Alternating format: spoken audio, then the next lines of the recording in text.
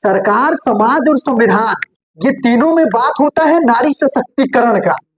लेकिन क्या सच में नारी सशक्तिकरण पे काम किया जाता है कि सिर्फ चर्चाएं होती है?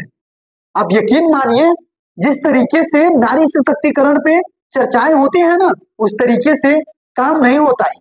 और आप यकीन मान लीजिए, अगर नारी सशक्तिकरण पे ढंग से काम होने लगेगा ना, उनको ढंग से भागीदारी, रोजगार, स्वास्थ्य और सुरक्षा अगर मिलने लगेगा ना, तो हर एक नारी ऊपर उठेगी। लेकिन हमारे समाज में ऐसा थोड़ी नहीं होता है। आपको भी पता है, आप भी खबरें देखते रहते होंगे शायद, कभी आज यहाँ तो कभी कल वहां, परसों वहां, कहीं ना कहीं नारी के साथ, किसी लड़की के साथ, किसी बहू या बेटी या माँ के साथ दुष्कर्म होते रहते हैं। आपको पता होगा, जब नवरात्र आता है तो छोटी छोटी कन्याओं को पूजा जाता है। सिर्फ नवरात्र में पूजना सही है, उसके बाद कन्याओं के साथ जिस तरीके से दुष्कर्म, दबाया और कुचला जाता है, ये बड़ा हैरानी की बात होती है। आपको बता दें, अभी हाल ही में कथित तौर पे मांडा के राजापुर में एक 9 साल की बच्ची के साथ दुष्कर्म किया गया। जो दुष्कर्म किया है, करीब 59 साल का अर्धेल है। बच्ची को बुलाता है, बहलाता है, फुसलाता है, पैसे का लालच देता है और नीचता की सारी हदें पार कर जाता है। आप यकीन मानिए, जरा सा भी हिचकिचाता नहीं, जरा सा सहम, जरा सा डर, कुछ भी नहीं रहता है उसको। जो नीचता की हद होती है, वो पूरा हद पार कर जाता है। जिस तरीके से दरिंदगी करता है, उसके साथ सोच के रूह कांप जाती है। ऐसे भी हमारे समाज में अभी जीवित हैं।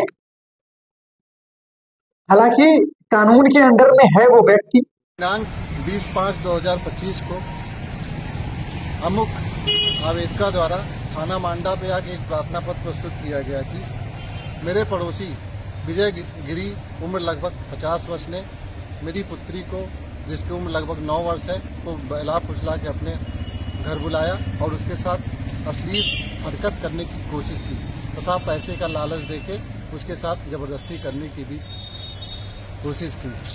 उक्त प्रार्थना पत्र के आधार पर थाना मांडा पे सुसंगत धाराओं में मुकदमा पंजीकृत किया गया तथा आरोपी को हिरासत में लेकर उक्त प्रकरण के संदर्भ में आवश्यक विधिक कार्रवाई सुनिश्चित की जा रही है। कानून उसके साथ अब क्या करती है, ये देखना है। लेकिन जरा सोचिए कि लड़कियों के साथ इतना दुर्व्यवहार क्यों होता है, इतनी दरिंदगी काहे की जाती है? वो इंसान नहीं है।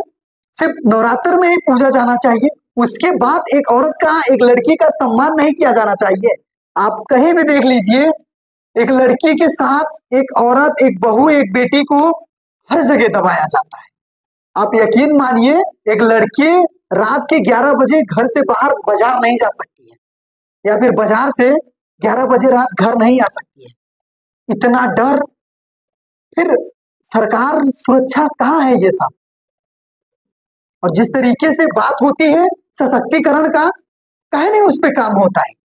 कहने के लिए हमारा संविधान है, कहने के लिए हमारी सरकार है, कहने के लिए हमारे कानून है, लेकिन कानून से विनती है, संविधान से विनती है, सरकार से विनती है, ऐसे दरिंदों को कम से कम सजा तो दिलाइए।